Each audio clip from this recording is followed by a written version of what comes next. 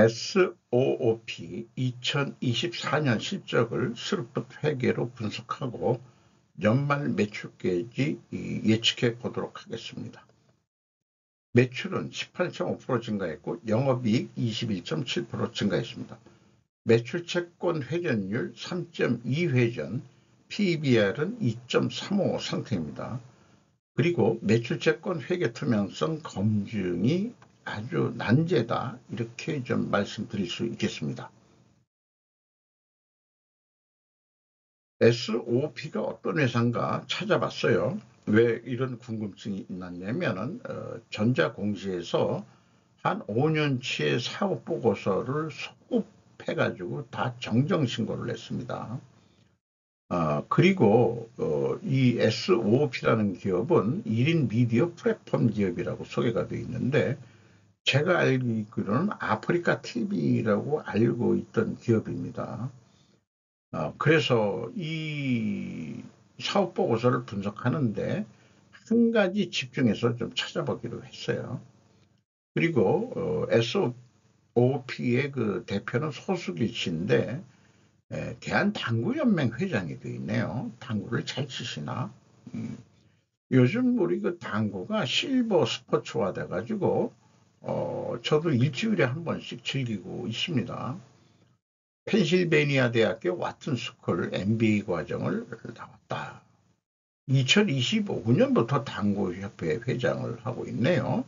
당구연맹, 연맹이 있고 협회가 있고 그건 잘 모르겠습니다.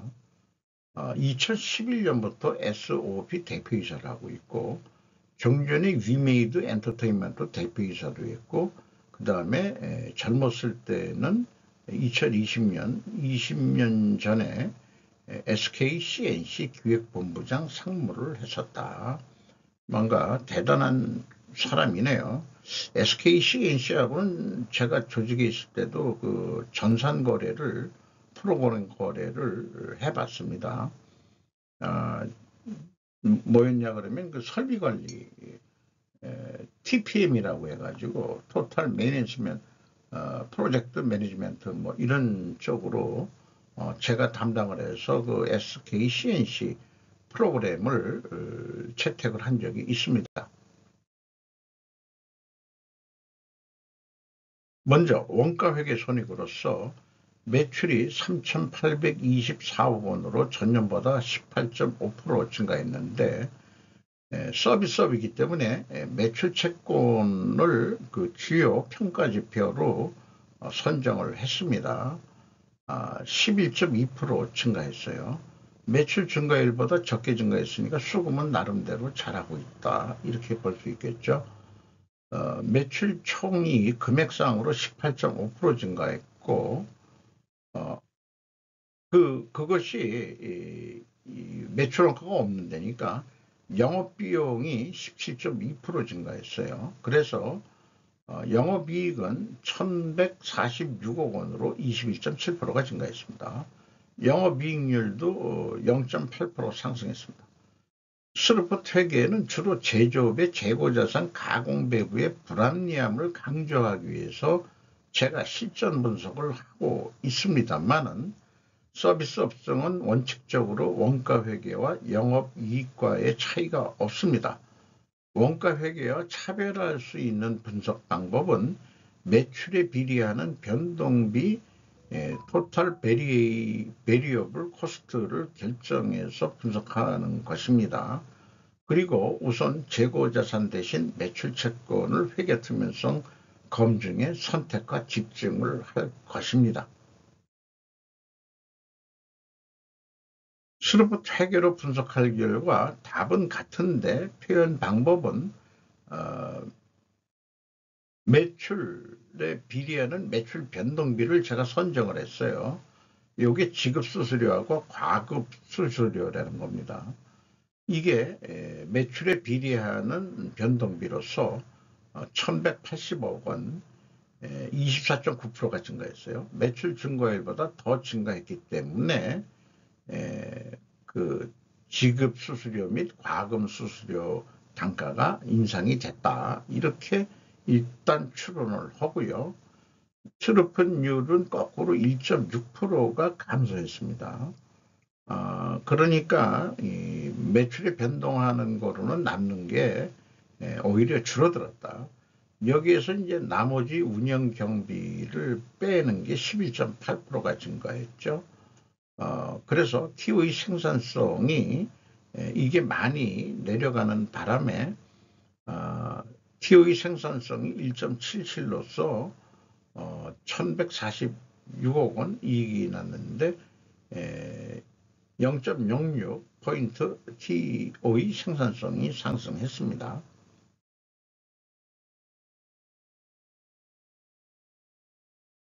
재고자산 명세 대신 매출 채권에 대해서 쭉 흐름을 봤는데 이 매출 채권에는 기타 채권도 이렇게 꽉 있어요. 계정이 한쪽으로 묶어져 있기 때문에 저는 요 위에 매출 채권이라는 것만 하고는 싶은데 단기 미수금이라는 게 오히려 꽤 많습니다. 자관 그래서 매출 채권 및 기타 채권, 뭐 금융 리스 채권까지 있어요. 어쨌든 전체 합계액이 1198억 원으로서 2024년에 120억이 증가했습니다. 그런데 왜 그 정정 공시들이 많았나 소급해가지고 2023년도에 매출 채권은 2024년도에 3년치를 공시를 하거든요. 그래서 2023년도께 1078억 원이었는데 2023년 당시 그 재무상태표는 1084억 원으로 6억 1700만 원이 줄어들게 됐습니다. 그러니까 매출 채권이 많다고 했다가 아니 적어요 이렇게 된 거고 2022년도에는 837억 원인데 그 전에 공시한 거는 더 많게 했다 이거예요. 그래가지고 2022년도는 14억 원이나 더 많게 공시가 됐었다. 그러니까 매출 채권이 부풀려진 거냐? 이거다 이거죠. 자산의 증가는 이익의 증가니까 재고자산처럼 이게 분식 여부도 있을 수 있다 이런 얘기죠. 제가 제조업에서 이런 제조업에도 매출 채권이 있죠. 매입 채무도 있고 핵심적으로 영업에 관련돼서는. 그런데 그것까지 하면 시간이 너무 오래 걸리니까 참고적으로만 하고 있는데 분석까지는 안 하고 수금 속도하고 그 다음에 지급 속도만 보고 있습니다. 어쨌든 제조업에서는 제가 한놈판 패는데 재고자산 서비스 앱에서는 매출채권 한 놈만 패는다는 것으로 정하면 될 것 같습니다. 자관 이 회사가 매출채권에 대한 수치를 소급해서 다 정정했던 얘기예요. 그래서 이 매출 채권 및 기타 채권 앞에 나와 있는 거를 여기에 다시 한번 제가 좀 표현을 했고요. 그 다음에 그 투명성 검증을 어떤 방법으로 하냐 그러면은 현금 흐름표상에 매출 채권의 증감액이 있어요. 그 마이너스면 68억이면 돈이 나갔다는 거죠. 현금 흐름표니까. 그런데 기타 채권의 증감도 돈이 나갔어요. 아까 기타 채권도 있으니까. 그러면은 현금 흐름표에 매출 채권 및 기타 채권이 239억 원의 현금이 나갔다. 그러면은 재무상태표에 매출 채권 증감이 120억이다. 여기 기타 채권을 생략했습니다. 그 갭이 118억 원이 나와요. 그러면은 이렇게 큰 금액이 어떻게 나냐. 2023년도에는 뭐 20억 정도인데 그러면은 비성분 내용에 보면은 신용 손실 충당 전입액이라고 말을 붙였는데 일반적으로 옛날부터 써오던 거 매출 채권에 대한 대손상각 금액이 있다. 이게 68억이다 이게. 그래도 50억이 차이 났다. 이렇게 매출 채권 자체도 이건 재고자산보다 더 엉터리 같은, 도대체 뭐가 맞는 건지 모르겠어요. 현금 흐름표 가지고는 딱 맞아야 되지 않느냐. 불투명합니다. 비용의 성격적 분류 내용을 해보면은 상품 매출원가가 있습니다. 그 다음에 지급수수료하고 과금수수료를 변동비 성격으로 인식을 했어요. 가장 많이 나가는 돈이고, A, B, C를 합한 것을 토탈 변동비라고 해서 1180억 원, 그리고 나머지를 O이라고 이렇게 해서 2677억 원이 영업비용인데, 이렇게 그 두 가지로 분류를 합니다. 그러면은 나머지 운영경비를 우리는 워킹 코스트라고 명명을 한다면은 이게 총 영업비용 대비 56% 비중이고 2.7% 떨어졌어요. 상대적으로 변동 비율이 2.7% 상승했습니다. 여기서 우리는 지급 및 과금 수수료가 인상이 됐다고 2차 추론을 해볼 수 있겠습니다. 1차 손익계산서에도 올랐겠구나. 이렇게 인식을 했죠. 운영경비로서 인건비가 567억 원이 집행이 됐는데 전년보다 16.9%나 크게 상승했습니다. 직원 수는 61명이 증원이 됐고요. 평균 임금은 6,900만 원까지 평균 임금이 상승이 됐습니다. 나머지 큰 비용 또 들어가는 것은 콘텐츠 제작비라고, 이 콘텐츠 제작비는 그 엔터테인먼트 회사에서 가장 큰 비용이 많이 들어가는 거죠. 이게 46.1%가 줄었어요. 그 다음에 매출 채권 손상 차손, 아까 뺀 거, 이게 이제 그 운영 경비에 나와 있습니다. 이게 932.2%, 그러니까 손상 차손을, 대손상각을 크게 봤다는 얘기죠.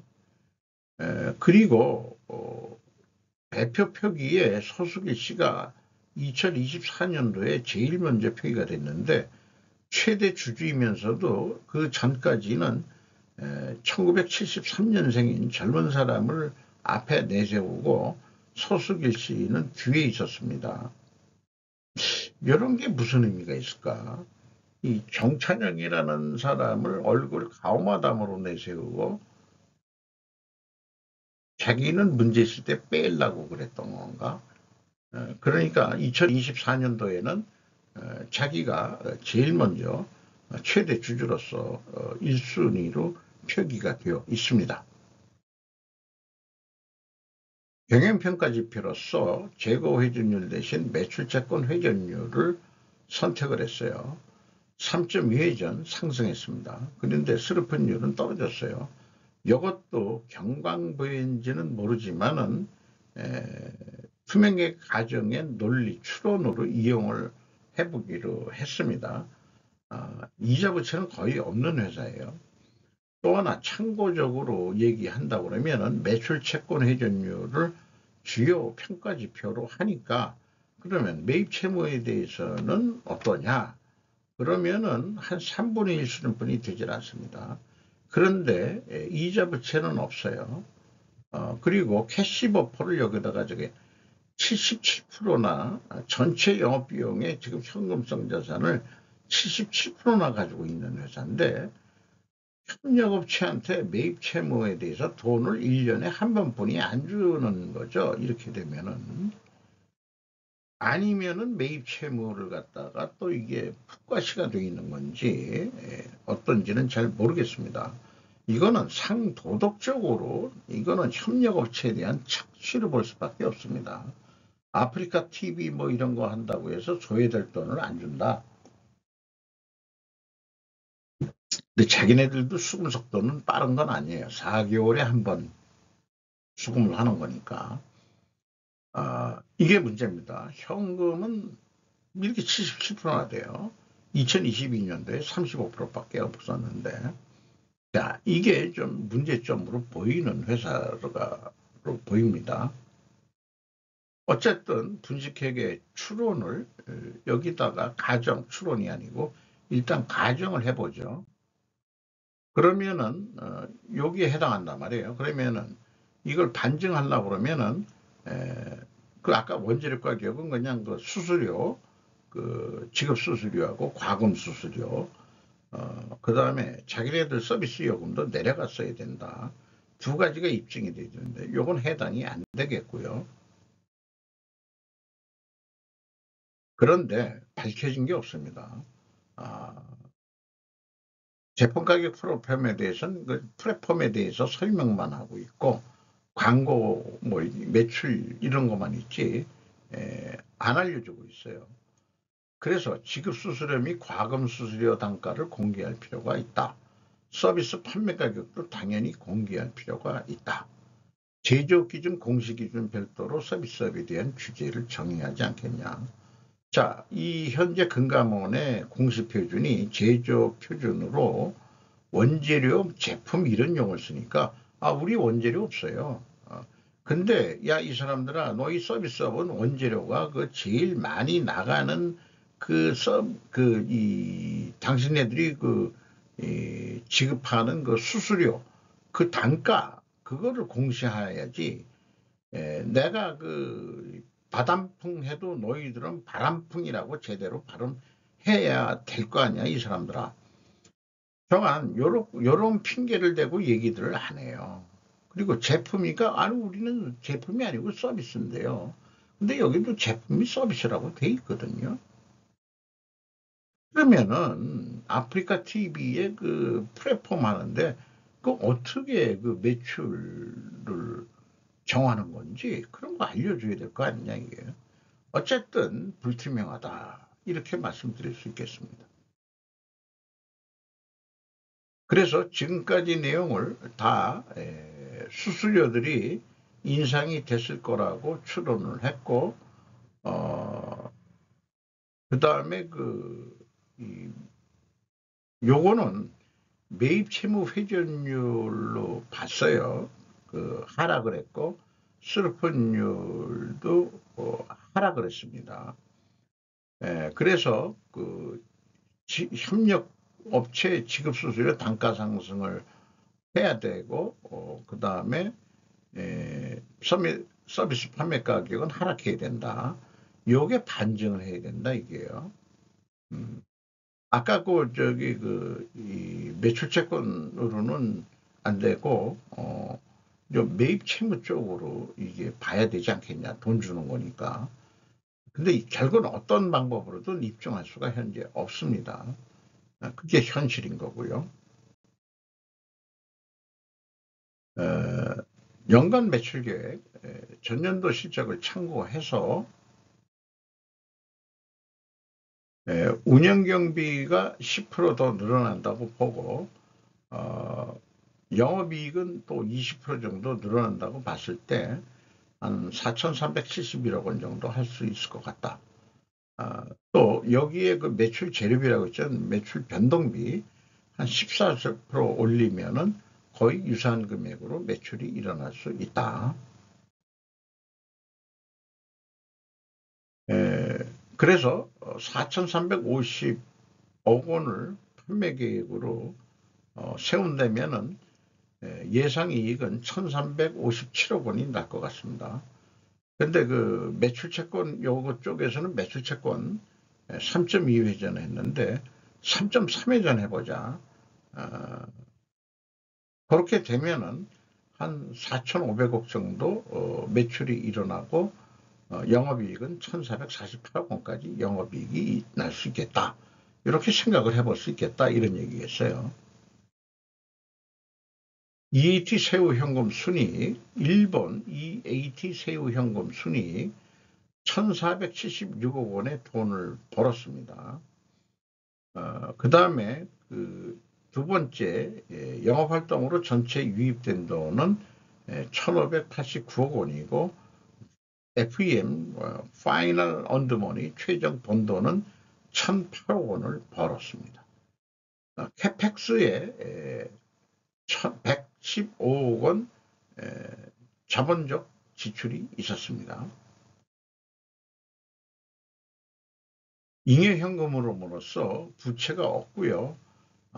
주주 잉여현금으로는 138억 원인데 이 내역은 자본 변동표에서 찾을 수 있습니다.